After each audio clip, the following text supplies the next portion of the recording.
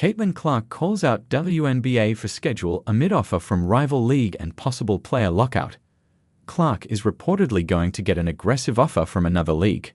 Caitlin Clark is one season into her WNBA career, but already feels comfortable enough to air her complaints on the league. She's made these feelings known just in time for a renegotiation of the league's collective bargaining agreement with the union and the rise of a potential competitor league. During a video interview that involved WNBA legend Sue Bird at an event for Nike on Monday, Clark complained about the WNBA schedule taking place in the summer. The rookie phenom said the schedule interrupts her ability to play women's golf. The only downside about the WNBA is that it's during the summer. That's when you golf, Clark continued with a smile.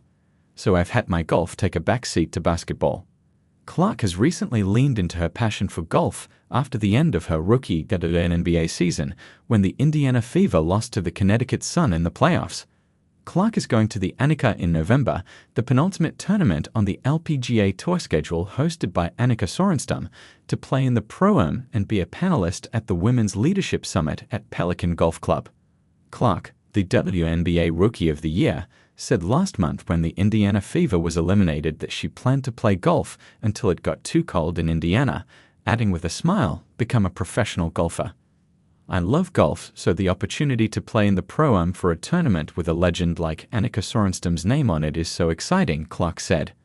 "I'm looking forward to seeing all the LPGA players on the driving range, being part of the Women's Leadership Summit, and of course, teeing it up in the Pro-Am with Annika."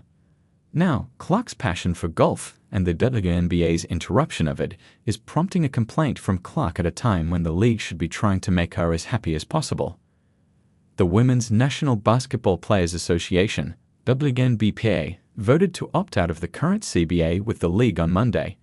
The union and the league had until November 1 to opt out of the current deal, which was first agreed to ahead of the 2020 season. Now the union and the league will have to come to an agreement on a new deal, as the players will look to get more of the revenue share and potentially get other perks from the WNBA like more time off. The decision to opt out came after a record year for the WNBA in both viewership and attendance. The playoffs saw a viewership increase of more than 140% before the WNBA finals even started, which marked the highest viewership since the league's inaugural season in 1997. Clark played the biggest part in this explosion in popularity. One of her playoff games generated 2.5 million viewers alone, and the 15 most-watched games of the regular season this year all included Clark. Clark also helped the league break the single-game attendance record and challenge NFL games for viewers on multiple occasions. The WNBA also announced a new media rights partnership with TNT Sports that will see more than 45 primetime regular season games broadcast on TNT and True TV, with all games streamed on Max. Clark is the biggest single driver of TV ratings that women's basketball has ever seen.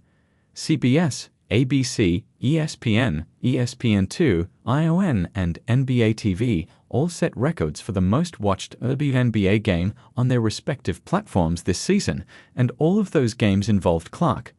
She is the sport's most transcendent superstar and the WNBA's biggest asset in trying to achieve profitability, which it never has. But Clark has options now, well beyond the WNBA. Outside of leagues in Europe, Clark now has the option of joining a new professional women's basketball league based right in her home country too.